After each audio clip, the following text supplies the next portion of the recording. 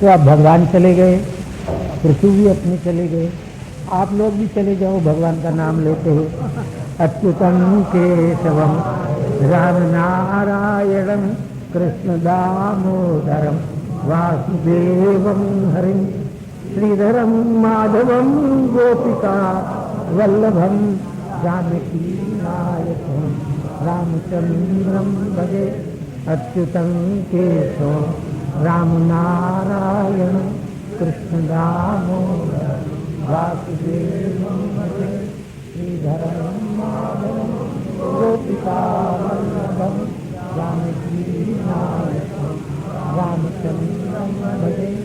अच्युतम केशवम राम नारायणं कृष्ण दामोदरम वासुदेवम हरे श्रीधरम माधवम गोपिका वल्लभम रुक्मिणी नायकम कृष्णचंद्रम भजे।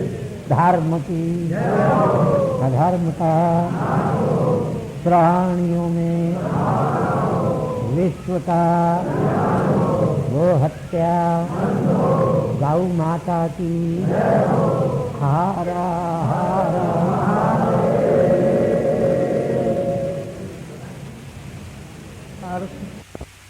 सत्यं च तत्पुत्रपराशरं च व्यासं सुतं गौरपदं महान्तं गोविन्दयोगीन्द्रमथास्य शिष्यं श्रीशङ्कराचार्यमथास्य पद्मपादं च हस्तामलकं च शिष्यं सन्तोषकं वार्तिककारमन्यानस्मद्गुरून् सन्ततमानतोऽस्मि।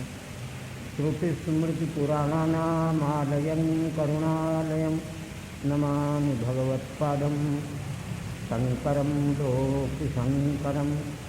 ईश्वरो गुरुरात्मेति मूर्तिभेदविभागिने व्योमवद्व्याप्तदेहाय दक्षिणामूर्तये नमः।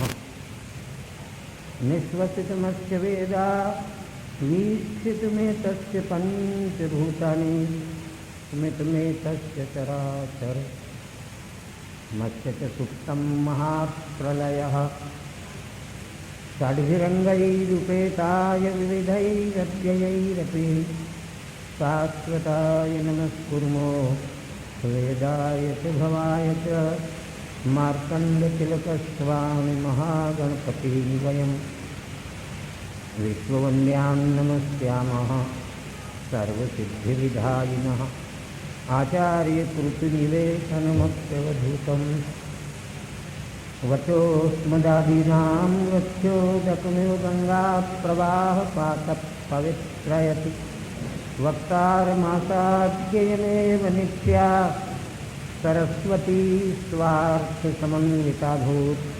निरस्तदुष्कर्तुकलङ्कपङ्का नमामि तं शङ्करमर्चिताङ्घ्रिं वागीशाद्यास्तु मनसः सर्वार्थानामुपक्रमे यं नत्वा कृतकृत्यास्तु तन्नमामि गजाननम्।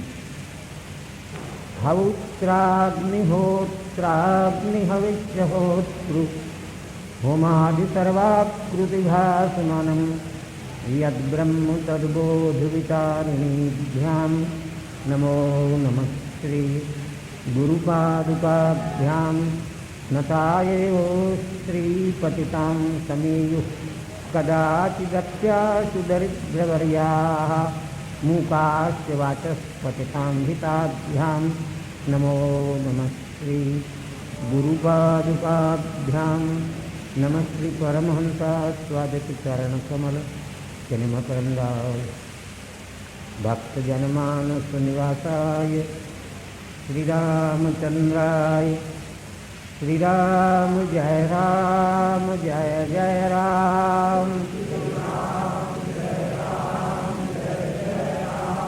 श्रीराम जय राम जय जय राम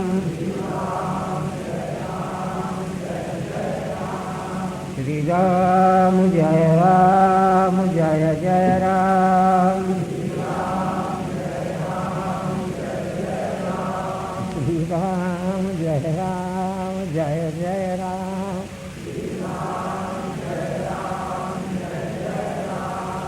श्री राम जय जय राम। श्री राम जय जय राम। श्री राम जय जय राम। श्री राम जय जय राम। श्री राम जय जय राम। धर्म की अधर्म का प्राणियों में विश्व का गो हत्या गौ माता की धर्म सम्राट स्वामी श्री करपात्री जी महाराज की हर हर। नारायणं नमस्कृत्य नरं चैव नरोत्तमं देवीं सरस्वतीं व्यासं ततो जयमुदीरयेत्।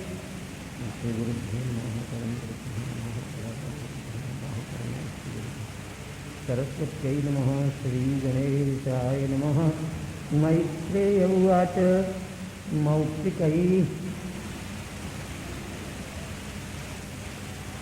कुसुमस्रग्भिर्दुकूलैः स्वर्णतोरणैः महासुरभिर्धूपैः मण्डितं तत्र तत्र चन्दनादुरसोयार्द्र रक्षातं चत्वरमार्गवत् पुष्पाक्षतफलैः स्तोक्मैर्लाजैः विरर्चितं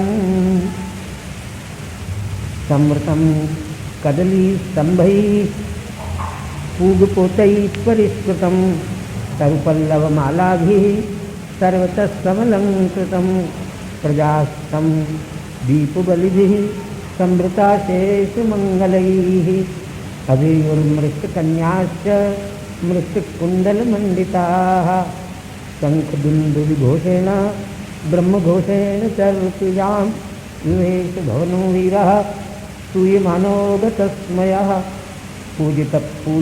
पूजयामास तत्र तत्र महायशाः पौराञ्जनपदां सांस्तान् प्रीतप्रियवरप्रदाः सैवमादीन्यन्वद्य चेष्टितः कर्माणि भूयांसि महान् महत्तमः कुर्वन्तसा वनिमण्डलं यशः शीतं निधायाङ्गुहे परं पदम्। मैत्रेय जी महाराज विदुर से कहते हैं, राजा पृथु भगवान के चरणारविंदों में नमस्कार करके अपने नगर के लिए प्रस्थान कर गए। भगवान भी वैकुंठ धाम को चले गए। अन्य अन्य जो ऋषि मुनि पधारे थे वे भी अपने अपने स्थान को चले गए। राजा ने अपने नगर में प्रवेश किया। कैसा उनका वह नगर है जिसमें राजा ने जाते समय प्रवेश किया। नाना प्रकार की मोतियों की मालाएं, पुष्पों की मालाएं और उत्तमोत्तम अमूल्य वस्त्रों से सुशोभित हैं। सोने के तोरण बनाए हुए हैं और अत्यंत सुगंधित धूप जिसमें धूपायित हैं, चंदन अगर इनके पानी यहाँ छिड़के हुए हैं और सारी की सारी सड़कें, गलियाँ, चौराहे इन सब भी चंदन छिड़का हुआ है। पुष्प, अक्षत, फल और लाजाओं के द्वारा सारा राजमार्ग अर्चित हो रहा है। स्थान स्थान पर केले के स्तंभ लगे हुए हैं और स्थान स्थान पर सुपारियों के वृक्ष और नाना प्रकार के वृक्षों के पत्तों की मालाएं बनी हुई है। ऐसे पुर में प्रवेश करते समय संपूर्ण प्रजा ने और प्रजा की कुमारी कन्याओं ने दही, अक्षत इत्यादि मंगल वस्तुओं को हाथ में लेकर के और राजा की अगवानी की। शंख नाना प्रकार के आगे गाजे बाजे बजने लगे। राजा की अत्यंत स्तुति हो रही थी। अनेक संपदाओं से युक्त अपने भवन में राजा ने प्रवेश किया। स्थान स्थान पर प्रजाजनों ने उनका पूजन किया। स्वयं राजा ने भी प्रजाजनों का सम्मान किया। फिर अपने राज सिंहासन पर विराजमान होकर के अपने वर्णाश्रम के अनुसार कर्म करते हुए पृथ्वी का शासन करने लगे। सूत जी महाराज कहते हैं, हे शौनक, महर्षि विदुर ने इस प्रकार सर्वप्रथम राजाधिराज महाराज पृथु के परम पावन चरित्र को सुन करके और मैत्रेयी ऋषि का बड़ा सम्मान किया और सम्मान करके उनसे फिर पूछा। ब्राह्मणों से अभिषेक प्राप्त करने के बाद राजाधिराज महाराज प्रथम राज पृथु ने क्या किया, इनकी कीर्ति को सुनने के लिए कौन लालायित नहीं होगा। आज भी संसार के जितने राजे महाराजे हैं वह पृथु के पराक्रम का जो कुछ उच्छिष्ट है उसी का आचरण कर रहे हैं। महाराज, उनके शुद्ध कर्मों का आप पुनः बारंबार कथन कीजिए। इस प्रकार का विदुर जी महाराज का प्रश्न सुन करके मैत्रेयी बोले, महाराज पृथु गंगा और यमुना के बीच में, जिसको अंतर्वेदी कहते हैं, रहते थे। पुण्य हीन हो जाए इस इच्छा से सांसारिक भोगों को भोगते थे, आसक्ति से नहीं। सातों द्वीप जिनका वर्णन आगे आएगा, उनमें एक अकेले एक छत्र सम्राट बनकर के और संपूर्ण प्रजाजनों को जो आज्ञा देते थे वो प्रजा मानते थे और केवल ब्राह्मणों के कुलों को कभी किसी प्रकार की कोई आज्ञा नहीं देते थे और जो भगवान के भक्त थे उनको भी महाराज पृथु कभी किसी प्रकार की कोई आज्ञा नहीं देते थे।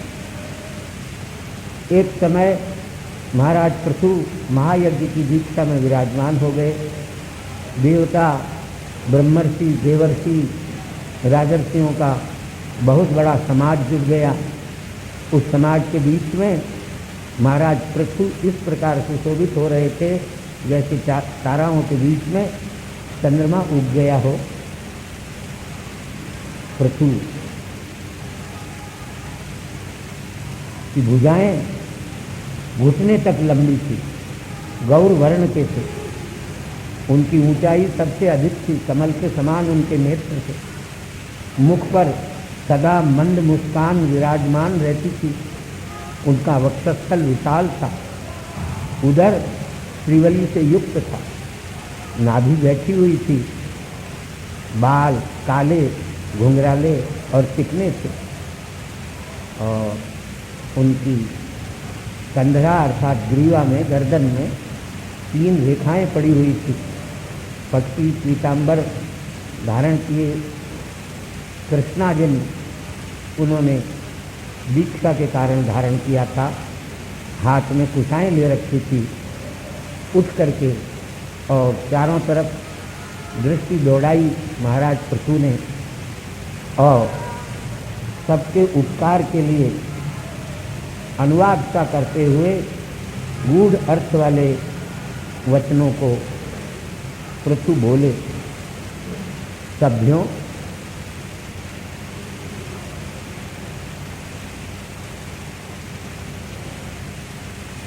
धर्म की जिज्ञासा रखने वाले पुरुषों को सज्जनों की सभा में अपने मन के अनुसार धर्म का प्रवचन करना चाहिए। मुझे आप सब ने मिलकर के शासन करने के लिए नियुक्त किया है। ब्रह्मवेत्ता लोग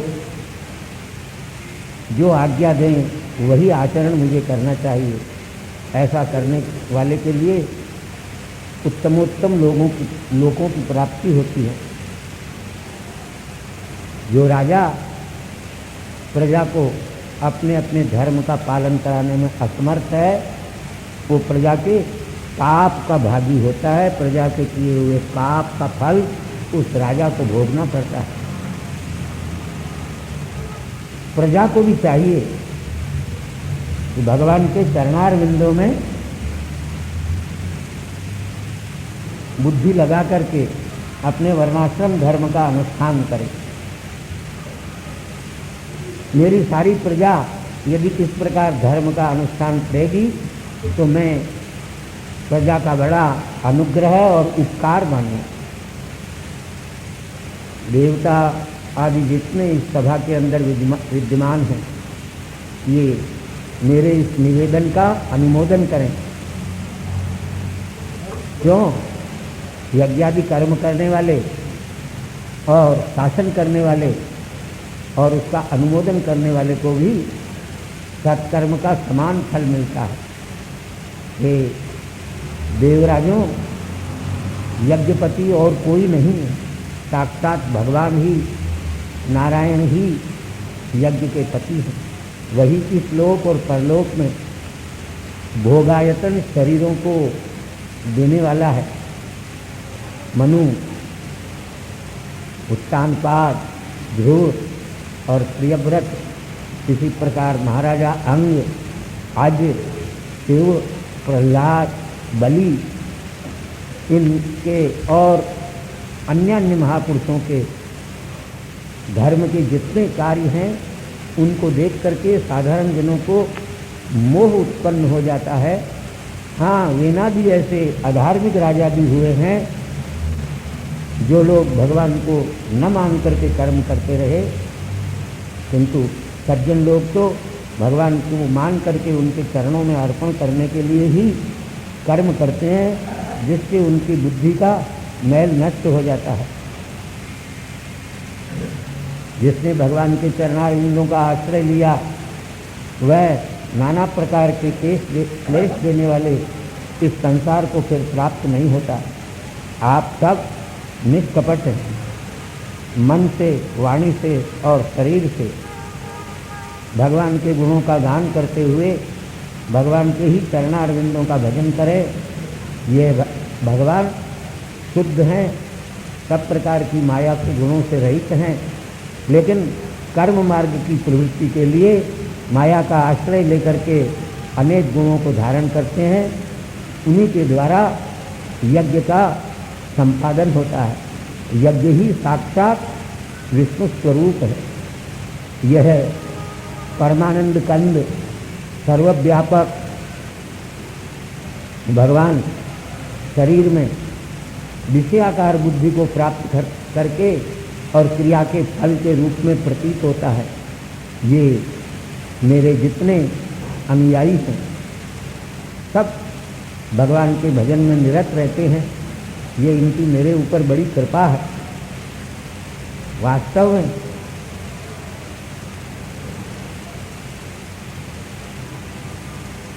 राजा बड़े प्रतापी होते हैं और उनकी समृद्धि का भी कोई ठिकाना नहीं, लेकिन ब्राह्मणों के कुल के ऊपर राजा का कोई प्रभाव नहीं पड़ सकता है।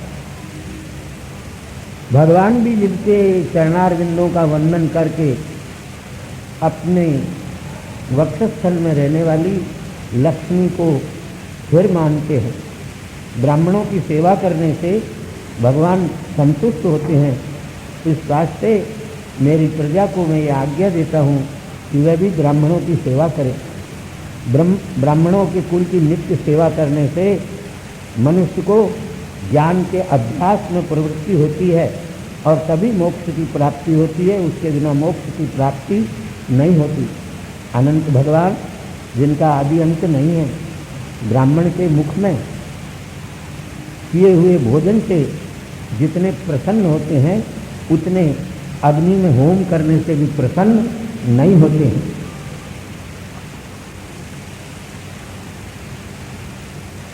जो ब्राह्मण सदैव समाधि के द्वारा वेद को अपने शरीर में धारण करते हैं, उन ब्राह्मणों के चरणारविंद के रज को मैं अपने मस्तक पर विद्यमान इस किरीट से धारण करता हूँ। इसी प्रकार जितना ब्राह्मणों का कुल श्रेष्ठ है, वैसे ही गौओं का कुल भी अत्यंत श्रेष्ठ है। और भगवान में, ब्राह्मण में और गौ माता में किसी प्रकार का मैं भेद नहीं मानता। वह भगवान गोकुल और ब्रह्मकुल मेरे ऊपर प्रसन्न हो जा, मैत्रेय कहते हैं। इस प्रकार जब राजा पृथु ने कहा तो पितर, देवता और ब्राह्मण सब के सब उनका अभिनंदन करने लगे, उनका साधुवाद करने लगे और कहने लगे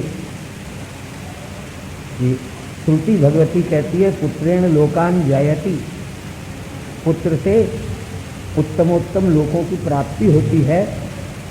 वेन जो अधार्मिक राजा था वह भी अपने धर्मात्मा इस पुत्र के कारण उत्तम लोकों को प्राप्त अवश्य होगा, वह अधोगति को प्राप्त नहीं होगा।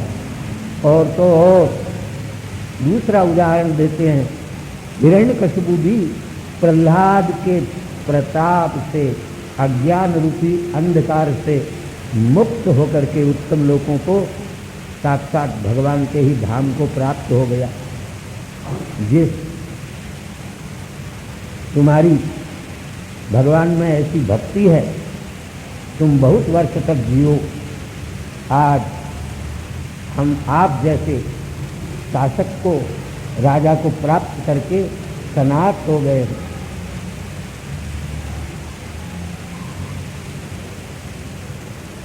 आप कि हम प्रजाजन होने के कारण एक प्रकार से सेवक ही हैं। आप जो हमारे ऊपर अनुशासन कर रहे हैं, ये कोई अद्भुत बात नहीं है, ये तो सज्जनों का स्वभाव है। आज आपने हमको अज्ञान रूपी पारावार का पार दिखा दिया। आप विवृद्ध सत्य हैं, सतोगुण आपका बढ़ा हुआ है। इस वास्ते हम संपूर्ण प्रजाजन आपके चरणार बिंदों में नमस्कार करते हैं। मैत्रेय जी महाराज कहते हैं, हे विदुर, इस प्रकार पृथु के प्रति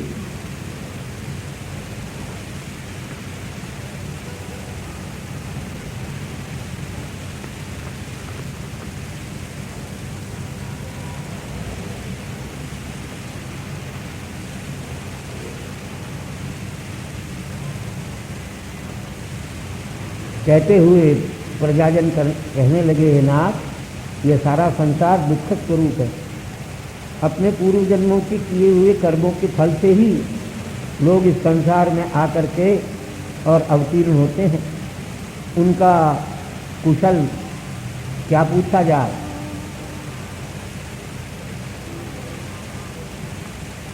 आप जैसे महापुरुष तो कुशल और अकुशल इन दोनों अच्छे बुरे से परे हैं। हम कैसे इस संसार में रह करके और अपने कल्याण को प्राप्त कर सकते हैं, इस प्रकार का उपाय आप कृपा करके बतलाइए। क्यों कि भक्तों के ऊपर अनुग्रह करने के कारण ही आप सिद्ध रूप धारण करके नित्य विचरण करते हैं। मैत्रेय कहने लगे, हे विदुर जी महाराज, पृथु का श्रोत्र प्रिय वाक्य सुन करके और संत कुमार बोले, महाराज आपने बहुत उत्तम प्रश्न किया।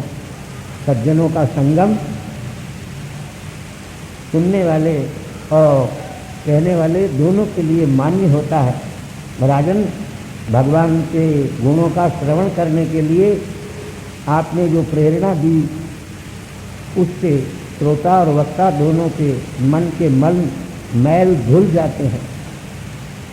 संपूर्ण शास्त्र मनुष्यों के लिए यही सबसे बड़ा प्रयोजन बतलाते हैं कि संसार में आकर के और जीव भगवान के उत्तमोत्तम गुणों के अनुवाद को सुने और वैराग्य पूर्वक सुने, श्रद्धा पूर्वक सुने, भगवान की कथा को निरंतर सुनता रहे।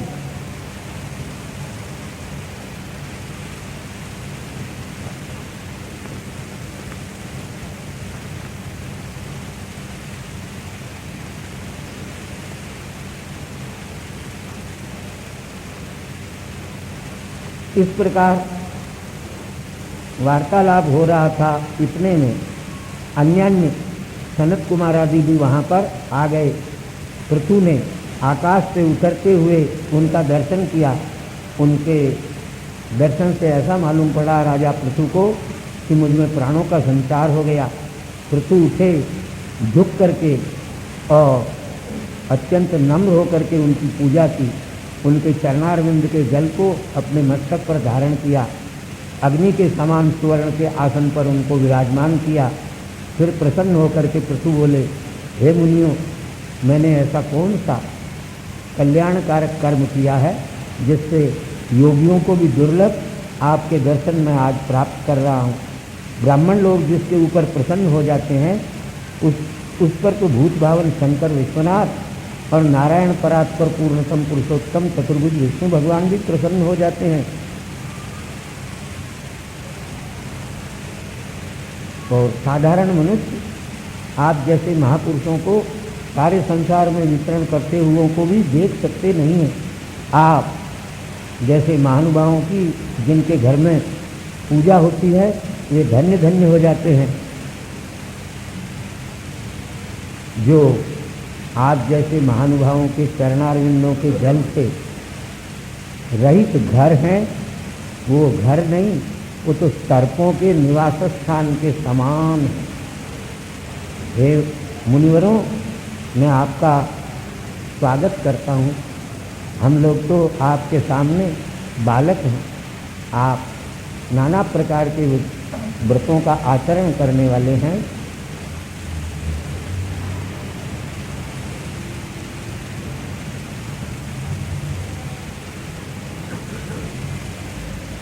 भगवान के चरणारविंदों की सेवा तभी बन सकती है जब सांसारिक धन पुत्रादि और सांसारिक कामनाओं का परित्याग किया जाए, अहिंसा का पालन किया जाए, भगवान के चरतामृत का सेवन किया जाए, यम नियम आसन प्राणायाम प्रत्याहार इत्यादि का सेवन किया जाए, सुख दुख भूख प्यास सर्दी गर्मी को सहन किया जाए।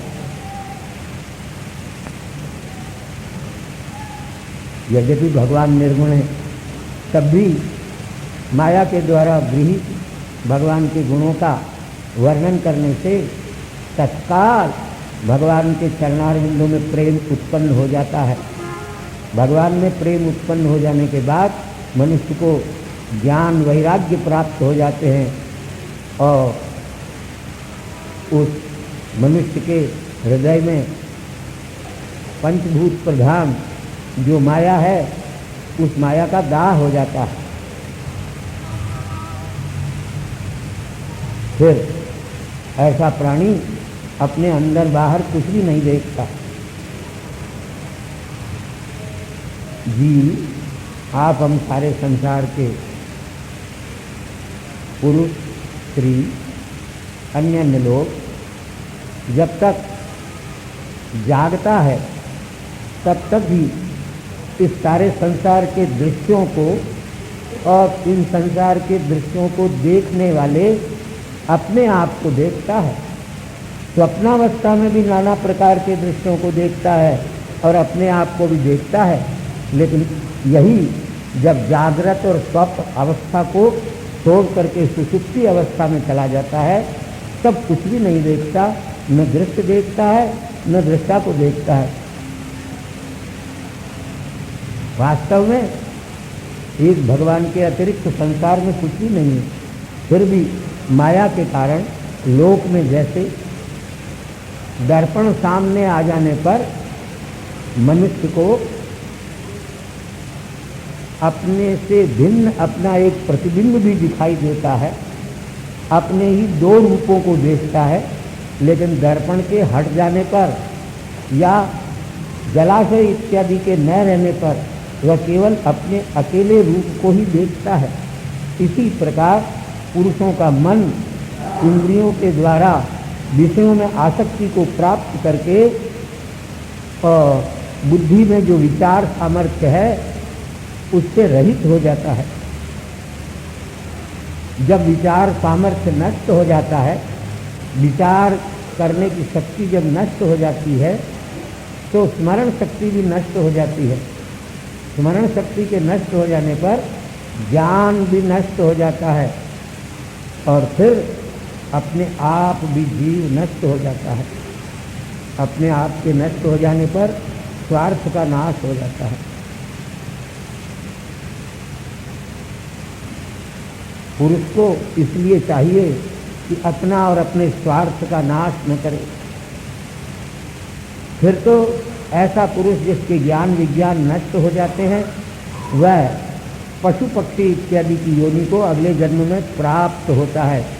इस वास्ते जो संसार रूपी सागर को पार करना चाहता है उस मनुष्य को चाहिए कि धर्म अर्थ काम मोक्ष इनका नाश करने वाले संसार के विषयों के साथ कभी भी संग न करे।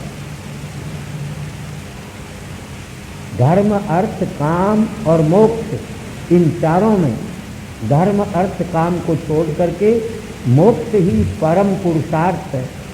ब्रह्मादि देवता और हमारे जैसे व्यक्ति भी गुणों में क्षोभ हो जाने के कारण कल्याण को प्राप्त नहीं कर सकते। इसलिए हे राजन, जो भगवान जड़ चेतन जीवों के हृदय में प्रकाश करता है तुम उनको मेरा ही स्वरूप, अपना ही स्वरूप समझो, जिसमें ये सारा संसार कार्य कारण रूप से माया के द्वारा भाषित होता है। उस भगवान के चरणार विंदों की शरण को प्राप्त करो। सज्जन लोग जिन भगवान के चरणार विंदों की भक्ति से हृदय की ग्रंथि को काट देते हैं उन वासुदेव का भजन करो। तुम भगवान के चरणार विंद रूपी नौका को प्राप्त करके भगवान के चरणार विंदों को ही नाव बना करके संसार रूपी सागर को पार कर जाओ। मैत्रेय जी महाराज कहते हैं, हे विदुर, ब्रह्मा जी के पुत्र सनत कुमार के द्वारा इस प्रकार आत्मगति दिखाई गई है। ऐसे राजा पृथु ने पुनः सनत कुमार आदि महर्षियों से कहा, भगवान ने तो मेरे ऊपर पहले ही कृपा की है। अगर भगवान ने कृपा न की होती तो भगवान की उस कृपा का संपादन कराने के लिए आप लोगों के साथ मेरा समागम कैसे हो सकता था। भगवान की कृपा ही आपने संपादन की है। मैं आपको गुरु दक्षिणा में क्या दे सकता हूँ? हाँ, जो कुछ मेरे पास है, मेरे प्राण, मेरी पत्नियाँ, मेरे पुत्र, यह संपूर्ण राज्य, घर, मेरी सेना, सारी पृथ्वी और मेरा खजाना, मैं यह सब कुछ आपके चरणार विंदों में अर्पण करता हूँ, क्योंकि मैं इस बात को जानता हूँ सैनापत्यंच राज्यंच वेद शास्त्र विदर्हति। वेद शास्त्र के जानने वाला ब्राह्मण सेनापति बन सकता है, राज्य सिंहासन पर बैठ सकता है और वही सुप्रीम कोर्ट का जज भी बन सकता है, दंड नेता भी बन सकता है। महाराज, मैं इस बात को खूब अच्छी तरह से जानता हूँ।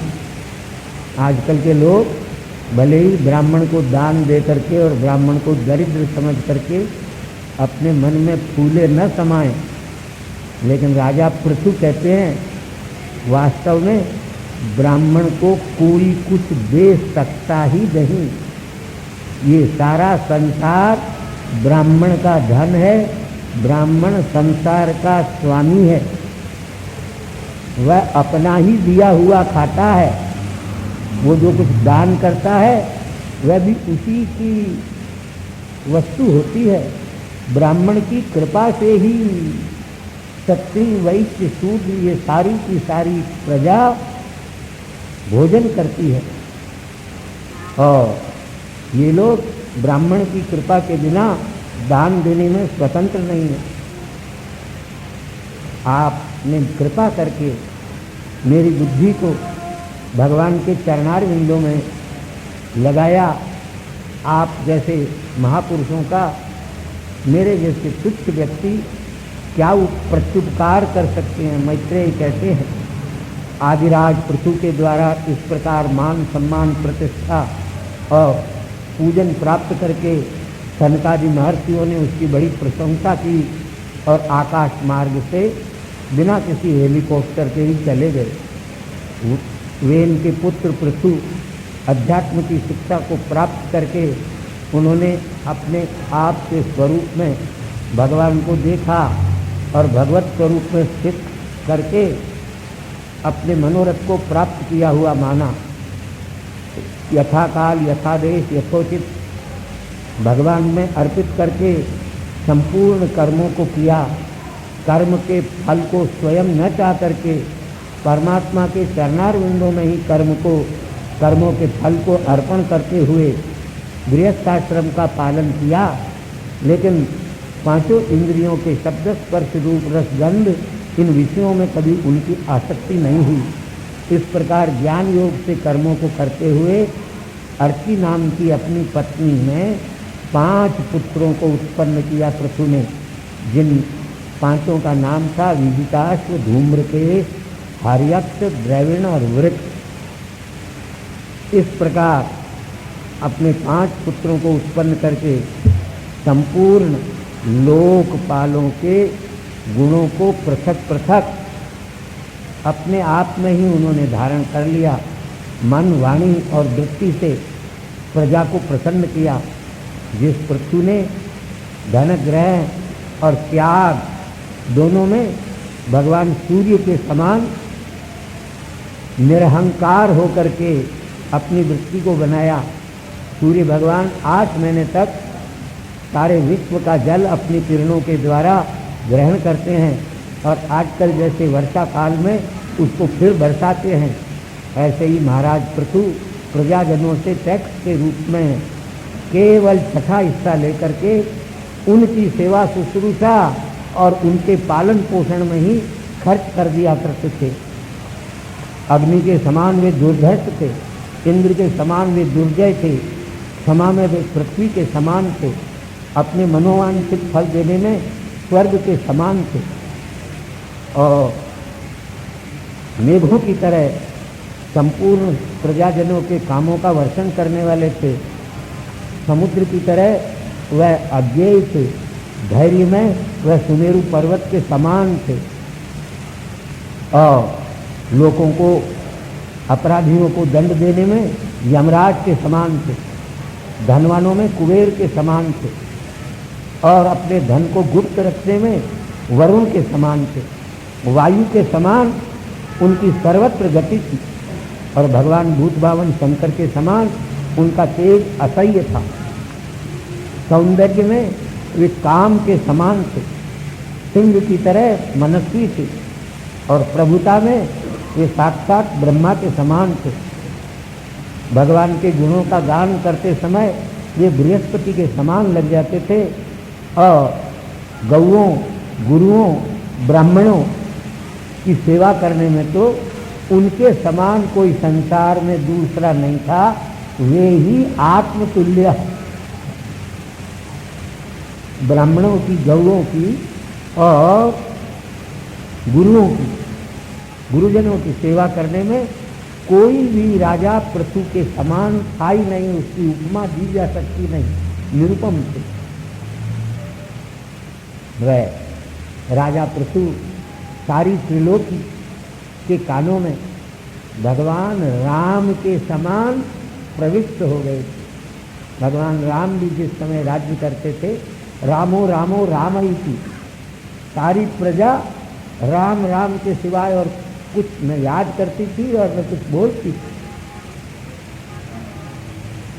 मैत्रेय जी महाराज कहते हैं, हे विदुर, वे पृथु महाराज एक दिन सोचने लगे, अब तो हम वृद्ध हो गए। ऐसा सोच करके उन्होंने कहा, मैंने जिस लिए अवतार धारण किया, सृष्टि को मैंने बढ़ा दिया, भगवान के आदेश का पालन किया, ऐसा विचार करके अपने पुत्रों को राज दे करके प्रजाजन यद्यपि बहुत दुखी हुए, तब भी अपनी पत्नी के साथ सदारोगात तपोवनम, अपनी पत्नी के साथ तपोवन में चले गए, वानप्रस्थ, क्योंकि सम्मत तपस्या उन्होंने आरंभ कर दी। कुछ काल तक कंद मूल फल, फिर उनको भी छोड़ करके सूखे पत्तों को खा करके अपना निर्वाह किया। फिर कुछ समय तक केवल जल का ही आश्रय लेकर के रहे, फिर जल का भी परित्याग करके केवल वायु का ही भक्षण करके और रहने लगे। गर्मी के दिनों में अपने चारों ओर अग्नि जला करके नेत्रों से भगवान सूर्य को देखते हुए भगवान का भजन और तपस्या करते थे। बरसात के दिनों में 2-4 बूंदें पड़ते ही छाता लगाने की आवश्यकता नहीं, मूसलधार बरसात में बैठ करके और भगवान का चिंतन किया करते थे। और जाड़े के दिनों में पौष माघ में कंठ पर्यंत जल में खड़े होकर के और भगवान का भजन किया करते थे।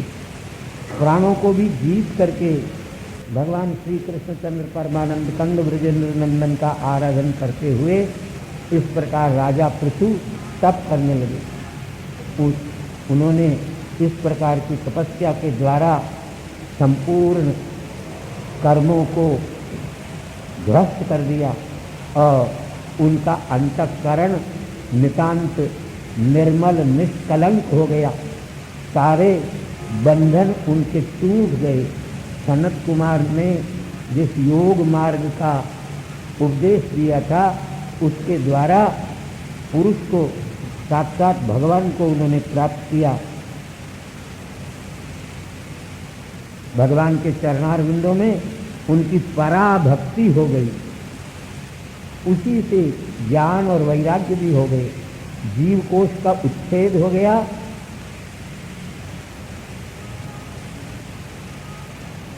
योगी लोग भी यदि भगवान की परम पावन कथाओं में प्रेम न करें तो पागल हो जाते।